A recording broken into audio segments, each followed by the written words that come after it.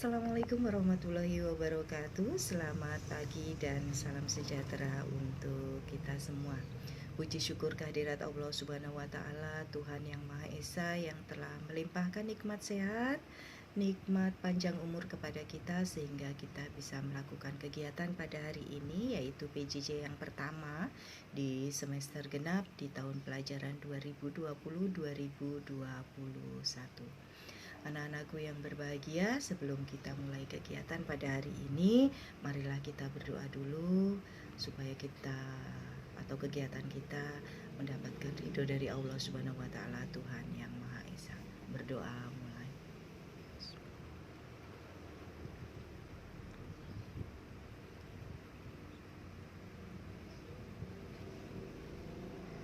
Amin.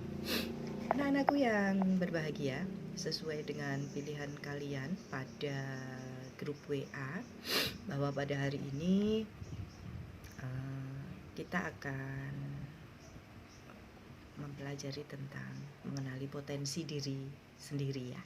Diri sendiri, ingat, bukan diri teman-temannya. Sehingga pada hari ini kita akan melakukan semacam refleksi diri, ya.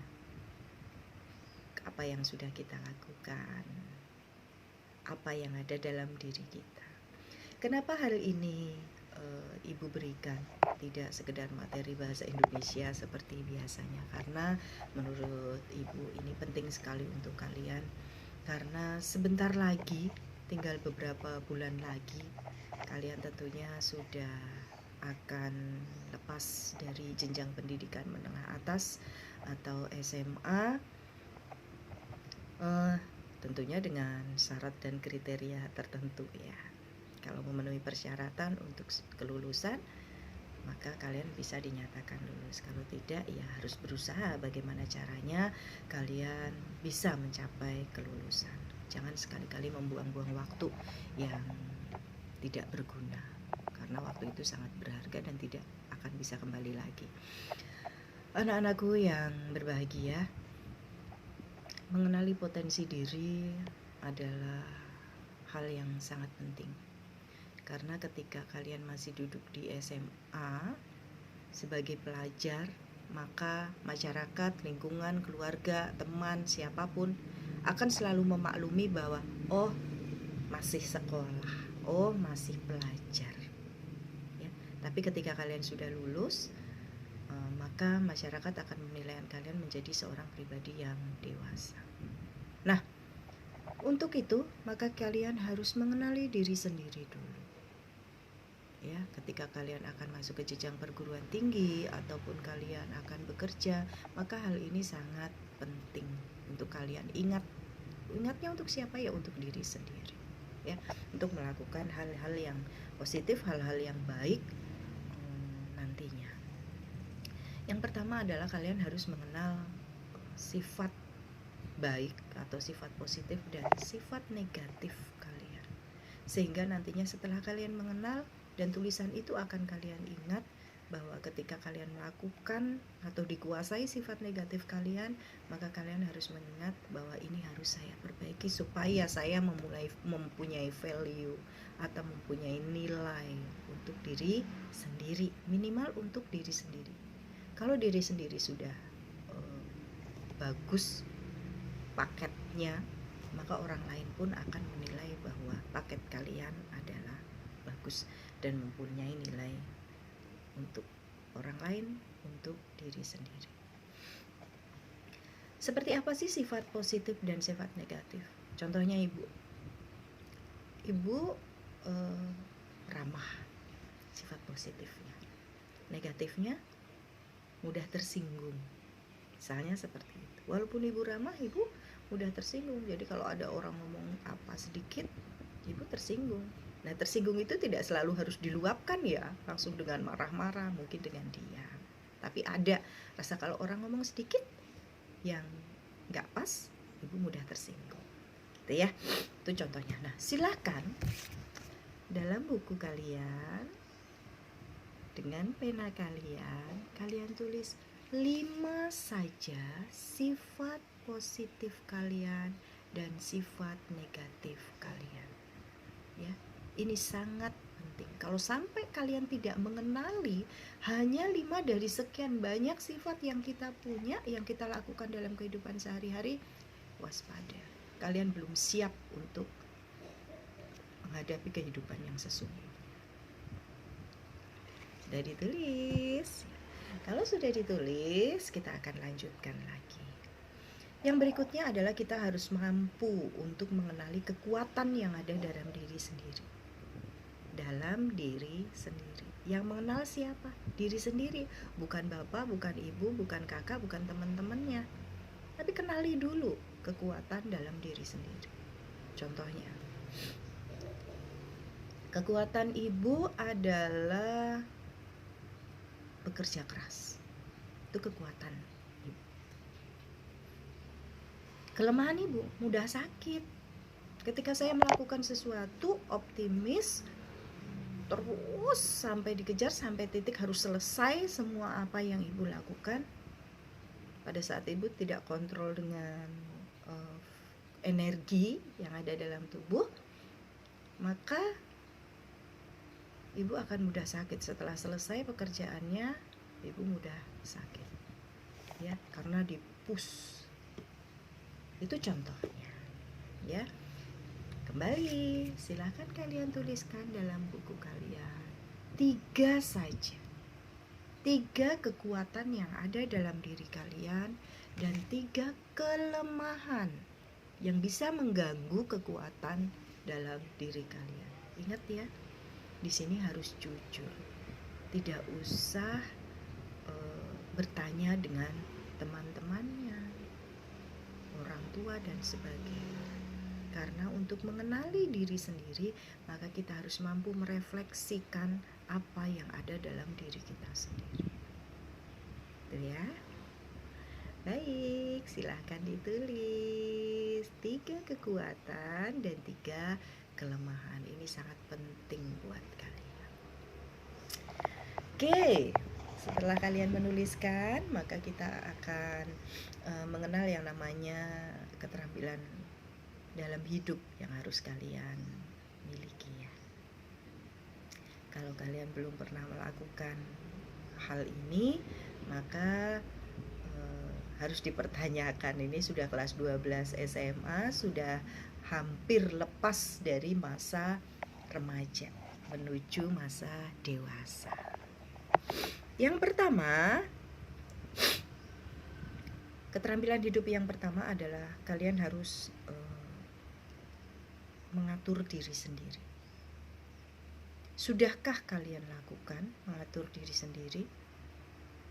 Tuliskan 5 saja dari kelas 10 ya, dari kelas 10 sampai kelas 12. Sudahkah kalian mengatur diri sendiri?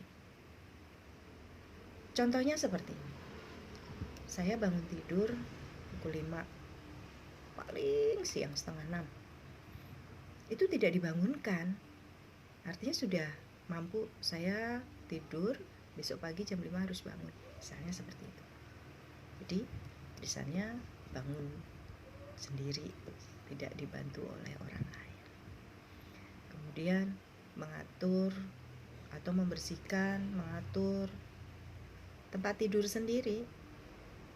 Bangun tidur, kemudian mengatur tempat tidur sendiri. Itu salah satu contoh. Tanpa harus orang tuanya teriak-teriak. Seperti itu ya. Itu yang pertama. Yang kedua adalah kreativitas. Kalian sudah pernah melakukan kreativitas belum ya? Apa ya yang sudah saya lakukan? Ini contohnya kalau ibu. Di rumah ada pisang banyak. Biasanya kan cuma dimakan dalam kondisi fresh ya, atau buah. Tapi karena terlalu banyak dan semuanya nanti akan matang bersamaan, maka akan busuk. Maka apa yang harus saya lakukan untuk melakukan penyelamatan terhadap si pisang itu? Ibu buat bolu, ibu buat puding misalnya. Itu termasuk ke dalam kreativitas. Nah, dalam kehidupan kalian, sudah pernahkah kalian melakukan kreativitas, silahkan tulis 5 saja. Baik, selanjutnya adalah berpikir keras. Berpikir keras ini ya berpikir yang melebihi, misalnya untuk menyelesaikan satu soal matematika saya susah ini. Akhirnya berusaha itu berpikir keras.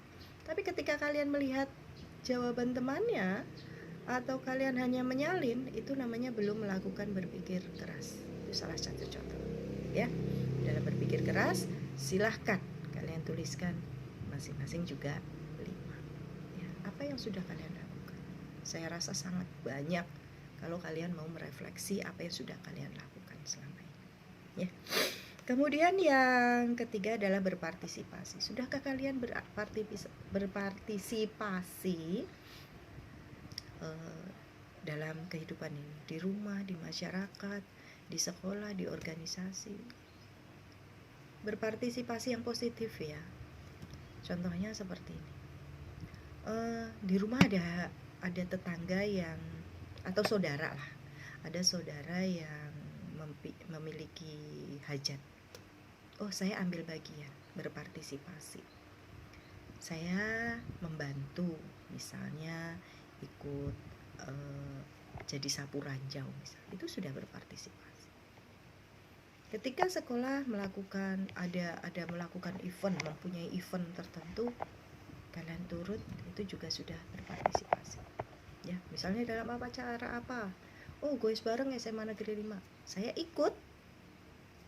Itu sudah berpartisipasi. Dalam artian tidak dipaksa. Kalau diajak nggak masalah. Rasa saya diajak oleh teman, nggak masalah. Tapi kalau saya mengikuti dengan terpaksa, berarti kalian belum masuk ke dalam kriteria berpartisipasi. Ya, oke.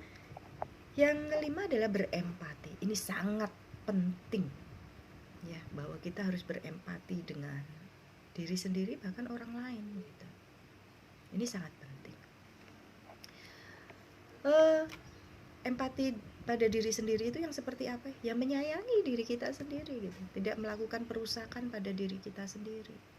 Contohnya tidak minum minuman keras, tidak menggunakan narkoba. Itu kan merusak tubuh kita ya, merusak otak kita. Berempati kepada orang lain contohnya yang seperti apa?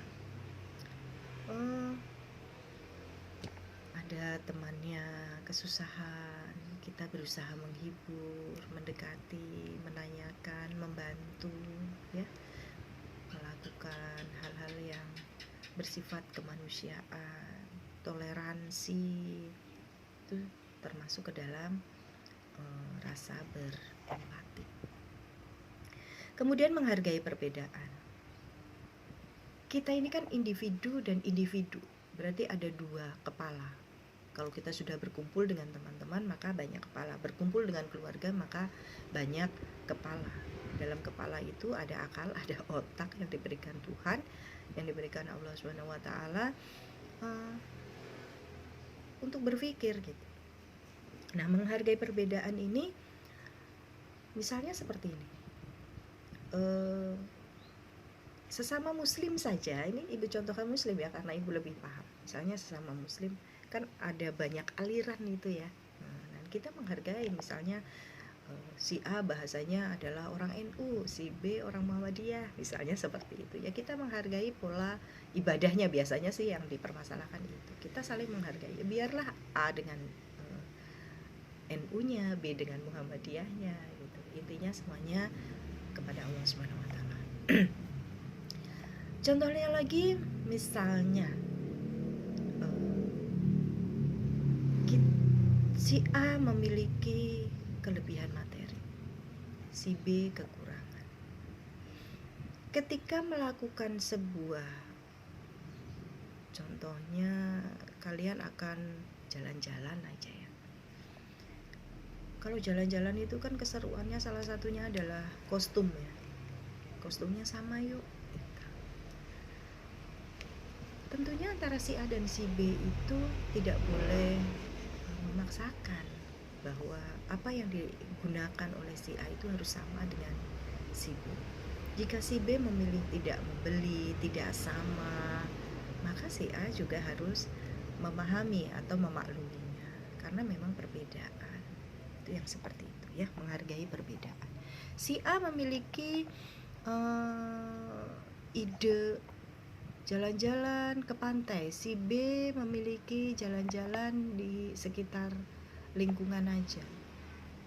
Karena maunya bersama-sama kan nggak bisa idenya, maka harus saling menghargai perbedaan. Contohnya ketika kalian memilih antara AKM dengan potensi diri, ini juga termasuk menghargai perbedaan. Makanya Ibu berikan pilihan ya. Kemudian mengambil keputusan. Sudahkah kalian pernah mengambil keputusan dalam hidup kalian? Misalnya, saya akan membeli baju A, B, C, D, E, F, G, H, I, J, K. Itu model baju macam-macam. Kebutuhan saya adalah untuk baju untuk sekolah. Ada kebutuhan baju untuk bermain. Nah, mana yang kalian ambil berdasarkan skala prioritas atau kebutuhan yang paling mendesak? Contohnya seperti itu ya. Silahkan kalian semua tuliskan. Ingat ya, semua dituliskan 5-5 apa yang sudah kalian lakukan dalam kehidupan kalian ini. Semua poin ada 5-5. Kemudian yang berikutnya adalah bernegosiasi. Negosiasi itu ada sebuah masalah, kemudian kalian ditentukan A. Misalnya ada masalah A dan B. Ini kemudian kalian diharuskan untuk memilih A, padahal kalian menginginkan B. Contoh realnya begini. Kalian ingin membeli makan ayam geprek gitu ya. Tapi teman-teman kalian itu memberikan pilihan harus mie ayam gitu. Kemudian kalian melakukan negosiasi. Begini loh, kalau saya makan mie ayam perut saya sakit karena mungkin ada zat-zat mie ayam, atau misalnya ada bumbu apa gitu yang tidak bisa di perut saya, maka saya memilih ayam geprek. Satu, selain saya kenyang, yang kedua ya tidak menyakiti badan saya, misalnya seperti itu. Itu salah satu negosiasi. Sudahkah kalian melakukan ini? Sudah pernahkah kalian bernegosiasi? Ya, tidak hanya di sekolah loh ya, di rumah juga, di masyarakat juga, bersama teman-teman kalian juga. Tuliskan 5 saja. Yang berikutnya adalah bekerja sama. Saya yakin ini hebatnya anak SMA. Bekerja sama. Selalu melakukan bekerja sama, karena memang kalian benar-benar makhluk sosial sih kalau di usia-usia yang seperti ini.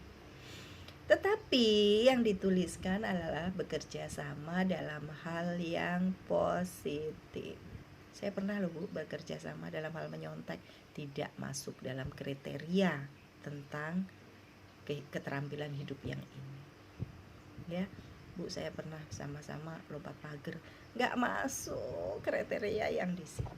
Misalnya yang masuk adalah saya pernah bekerja sama untuk melakukan kegiatan rapat dengan teman sekelas, kemudian memutuskan tentang satu hal misalnya. Akhirnya kami sepakat, itu termasuk ke dalam bekerja sama. Saya pernah melakukan bakti sosial dengan teman-teman saya, itu masuk ke dalam bekerja sama. Itu ya. Yang berikutnya adalah menyelesaikan masalah. Ingat, ada sebuah masalah kemudian kalian menyelesaikannya. Bisa dengan musyawarah, bisa kalian langsung saya harus seperti ini. Contohnya, pagi-pagi mau pergi kemana, bannya bocor atau bannya meledak jalan, pecah ban. Apa yang saya harus lakukan? Saya tetap satu, misalnya saya mengambil keputusan dituntun motornya atau sepedanya sampai menemukan bengkel. Yang kedua, saya putuskan saya tetap naiki motor itu, tapi sampai dengan saya menemukan bengkel untuk betulin motor itu. Itu keputusan. Atau yang kedua, saya tinggalkan, saya telepon orang tua saya, Pak, Bu, motor saya pecah ban. Saya tinggal. Misalnya seperti itu ya. Ada yang seperti itu? Ada. Baik, silakan. Hanya 5 saja kalian tuliskan. Kemudian berkomunikasi. Berkomunikasi di sini adalah menyampaikan pesan secara baik. Kalau kalian komunikasinya teriak-teriak, itu bukan berkomunikasi. Berkomunikasi yang baik adalah berkomunikasi yang beradab, yang santun. Dan ini yang setiap hari kita lakukan. Tapi apakah kalian mampu untuk menuliskan apa yang sudah kalian lakukan dengan berkomunikasi? Ya. Ingat, berkomunikasi yang ada adabnya, yang ada santunnya. Bukan komunikasi yang teriak-teriak, berkomunikasi dengan menggunakan kata-kata yang kotor, ya. Yang berikutnya adalah ketahanan dan ketangguhan. Ini yang sangat penting ya. Ketahanan atau ketangguhan ini seperti ini. Kalian bisa berwujudnya cerita nanti di sana. Yang pertama, saya bermasalah dengan nilai. Nilai saya di bawah KKM, maka nilai itu pastinya akan mengganggu untuk syarat kelulusan nanti. Maka saya gigih untuk mendatangi guru-guru, untuk meminta agar nilai saya bisa berubah. Itu termasuk ketahanan ya, termasuk kegigihan kalian. Ada sebuah masalah, kalian berusaha untuk memperbaiki. Atau misalnya kalian patah hati, putus cinta, kemudian kalian mampu bangkit. Kagak lu aja lagi nih, masih banyak di luar sana. Nah, misalnya seperti itu. Walaupun perih-perih dikit gitu ya, walaupun bohong-bohong dikit dengan hati, tapi kalian bangkit. Dan ketika melihat mantan pacarmu bersama orang lain dan kalian bilang aku rapopo, nah itu termasuk kalian sudah memiliki jiwa yang tangguh. Berikutnya adalah mengelola stres dan emosi. Ini yang sangat rentan, sehingga kebanyakan remaja sekarang adalah menjadi remaja yang rapuh. Kalian sudah gak boleh punya sifat ini lagi ya. Kalian harus mampu mengelola stres dan emosi kalian. Mengelola stres itu yang seperti apa? Ada sebuah masalah di rumah nih, misalnya orang tua lagi kesulitan perekonomian, tapi kebutuhan saya ini banyak untuk sekolah. Maka bagaimana mengelolanya? Pergi saya minta duit gak dikasih, pergi artinya kalian belum mampu mengelola emosi. Diam dulu. Misalnya saya kalau orang tua gak ada duit ya saya diam. Sudahlah, walaupun marah seperti apa, saya diam. Saya berdoa supaya ada rezeki untuk diri saya. Itu baru kalian sudah mampu mengelola stres atau mengelola emosi. Teman kalian nih pinjem duit gak dikembali-kembaliin ya. Kalian tahu bahwa temanmu itu yang pinjem itu sudah punya uang untuk mengembalikan. Bagaimana caranya? Kalian datangi temanmu, kemudian berbicara baik-baik. Kamu sekarang sudah punya uang, ayo dong dibayar hutangmu dengan cara yang baik. Karena setiap manusia itu pada dasarnya menginginkan bahwa kita ini berkomunikasi itu dengan baik dengan orang lain, tidak dengan teriak-teriak, dengan tidak menyindir-nyindir, ya. Karena ingat ya, menyindir itu salah satu bentuk bullying, ya. Yang ini yang tidak pernah kita sadari. Menyindir di medsos, menyindir dengan teman-temannya ketika ada salah satu orang yang kita sindir dalam lingkungan itu ada, maka itu sebetulnya salah satu bentuk bullying. Artinya bullying yang kita lakukan itu sudah banyak sekali yang kita tidak sadar, karena dengan perkataan menyakiti orang lain sudah bullying, melakukan perampasan hak pada orang lain juga bullying. Contoh saja, kita ngambil pulpen punya teman itu sudah bullying, tanpa izin, tanpa mengembalikan, ya, itu juga sudah bullying. Dan banyak hal yang intinya merampas hak orang lain itu sudah salah satu bentuk bullying. Ini yang penting sekali yang harus kalian pahami, ya, ketika nanti kalian masuk ke dalam jenjang perguruan tinggi, kalian masuk dalam dunia kerja, maka 13 keterampilan hidup ini yang harus kalian pahami, sehingga kita tidak gagap untuk bersikap ketika kita nanti menjadi mahasiswa yang sudah tidak ada lagi yang ngopeni seperti guru-guru di SMA. Untuk mengingatkan juga sudah tidak, karena mandiri, benar-benar mandiri. Jangan sampai kalian kaget, tapi kalian harus mampu untuk mempersiapkan diri sendiri dari sekarang, ya. Baik, terima kasih. Kita sudah mempunyai catatan. Hari ini kita akan merefleksikan bahwa kita mempunyai sifat positif dan negatif. Kemudian kita juga mempunyai kekuatan dalam diri kita, tetapi juga kita sebagai manusia tentunya punya kelemahan. Kemudian ada 13 keterampilan hidup. Apakah yang sudah kalian lakukan di 13 keterampilan hidup ini? Ya, tuliskan masing-masing 5. Baik, terima kasih. Sudah selesai pembelajaran kita pada hari ini. Jangan lupa bukunya. Ya.